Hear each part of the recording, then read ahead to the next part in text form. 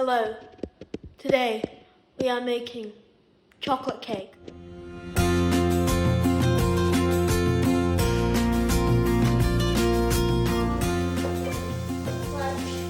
It's still melting. Then add your chocolate melted 180 degrees Fahrenheit. No, Celsius. Add boiling water and then to take out your wet add some decent amount of white sugar off the top of there.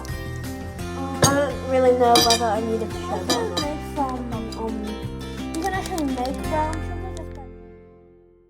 For wet batter, I've packed 2 coffee pods. I just got mine from I just got the Starbucks coffee pods that they sell. And then put it in there, and then I'm going to add some cocoa powder to it. Coffee enhances the flavor of chocolate, which is why we're doing this.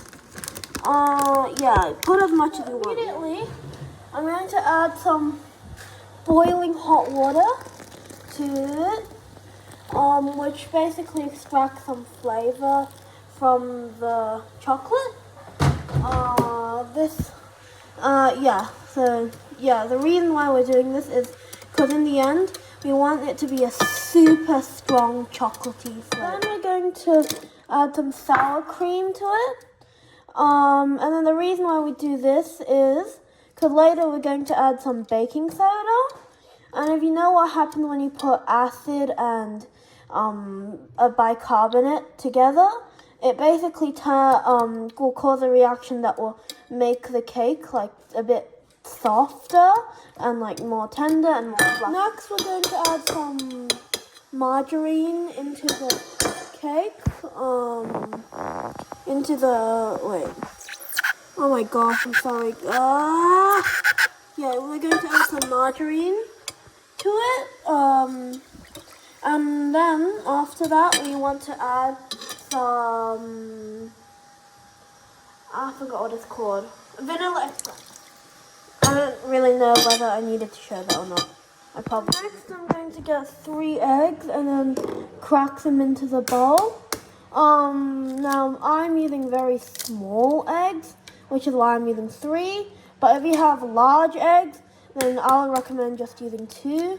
I was actually just going to use 2, but then I was like, oh wait, these eggs are like too minuscule and should never be, and I should probably use some more eggs. Okay, so next we add a bit of brown sugar. If you don't have brown sugar, try to buy milk, and you have a lot of white sugar. You can also make you can actually make brown sugar just by adding molasses, but I just prefer to buy brown sugar because you use it a lot anyways. There's no need to make it yourself every single time. So I make a bit of brown sugar. We're going to want to add some decent amount of white sugar. We'll add some flour. So next I add a little bit of baking powder.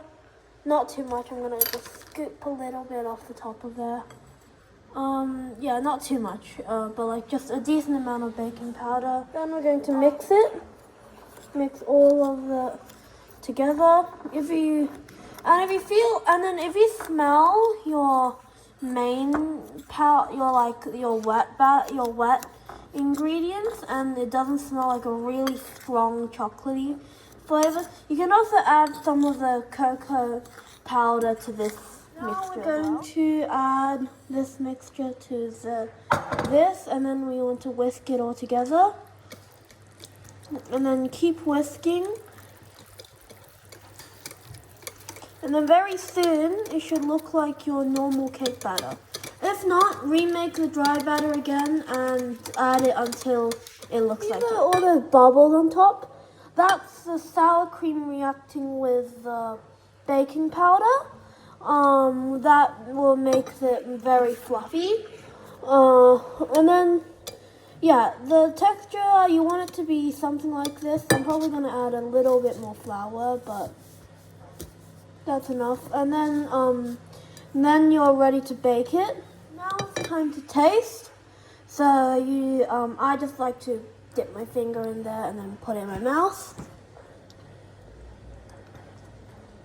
Yeah, so basically, if it tastes good, then you can bake it. If it tastes too bitter, add some sugar. If it tastes too like coffee, add some more cocoa powder. And yeah, if it tastes bland, add a bit more sugar and cocoa powder. If it feels like it needs fat, add some more butter. But I think mine tastes good. Now I'm going to spray my cake tin with a bunch of olive oil, or just any oil. If you want, you can even actually just heat this up, like as in the oven or something, and then you can add some butter to the side of it. That could make it taste good. You're just gonna keep doing it until you're confident that it's fully covered. The more it's covered, the better, because then it won't stick. Now we're going to add our cake batter. Oh, God. I can't record this. Sorry. I'm sorry, guys. I can't record this. I'll just to put it in. You pour it in, but I can't record this with only one person because I can't lift that. So the intention was to wait for it to cool in the fridge, but everybody wanted to eat it right now, so I'm cutting into it. Yeah, so it looks pretty good to me. Yeah, like I said, it would be better if it was cooled down, but they wanted to eat it warm and now, so let's go in for a bite. Wait. Okay, so here is it. Let's just try it.